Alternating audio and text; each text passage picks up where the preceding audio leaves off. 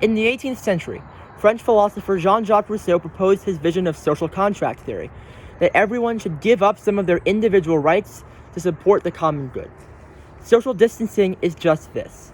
We all give up our rights to freedom of assembly and freedom of movement, and in exchange, we save lives by flattening the curve and reducing the strain on our hospitals.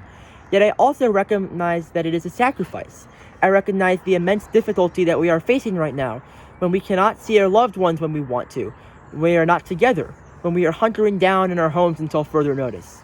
However, by willfully participating in social distancing, we are contributing to the well-being of society. If everyone takes this seriously, fewer people will get sick and our lives will return to normal sooner. It is a sacrifice that we all take together, a sacrifice that we are all called on to do, and a sacrifice from which we will emerge with a new understanding of this world and a new gratitude for what we are able to do every single day. This week's two parshiot are about sacrifices. In the first sentence of this week's reading, there is a perfect metaphor for social distancing. It says that two of Aaron's sons died when they walked too close to God. In today's world, people are at risk of catching a potentially fatal virus if they walked too close to each other, so by not doing this, we are making sacrifices. The laws in the later chapters explain to the Israelites when and how they need to make sacrifices. What then follows is what many have argued is the single most important passage in the Torah, the Holiness Code.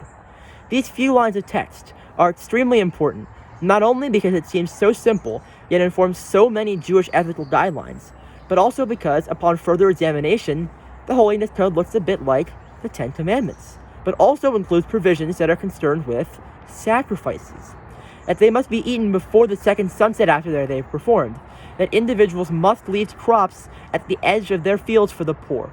These sacrifices involve giving up time or resources to aid another person or group, much like how today we are giving up months of plans and schedules to save lives. In the Torah, the Israelites were commanded on regular occasions to sacrifice animals at the altar, which involved giving up spare time in order to devote themselves to God. What sacrifices have looked like has changed greatly throughout the generations. In the Talmudic era, prayer became a sacrifice, where people spent time showing divine devotion, and our ancestors only a few generations back risked their lives to battle in both world wars.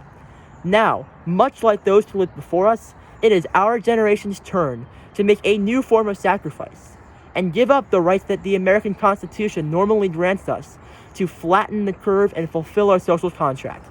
It is our generation's turn to rise up and make the sacrifice that will save our world. In one of the most famous inaugural addresses, President John F. Kennedy said this: "Ask not what your country can do for you. Ask what you can do for your country." This is not a time when we should be relying exclusively on others to make sacrifices for us. People are certainly doing that. All of the personnel who are still working in essential businesses, especially nurses and other hospital staff, are putting themselves in great danger to do a service to everyone. So in order to help them stay healthy and save lives, we must all continue to make the sacrifices that we have been called upon to do. We have already sacrificed so much. The journeys, 3 months of in-person learning, and every scheduled event this spring. And more events will likely be canceled.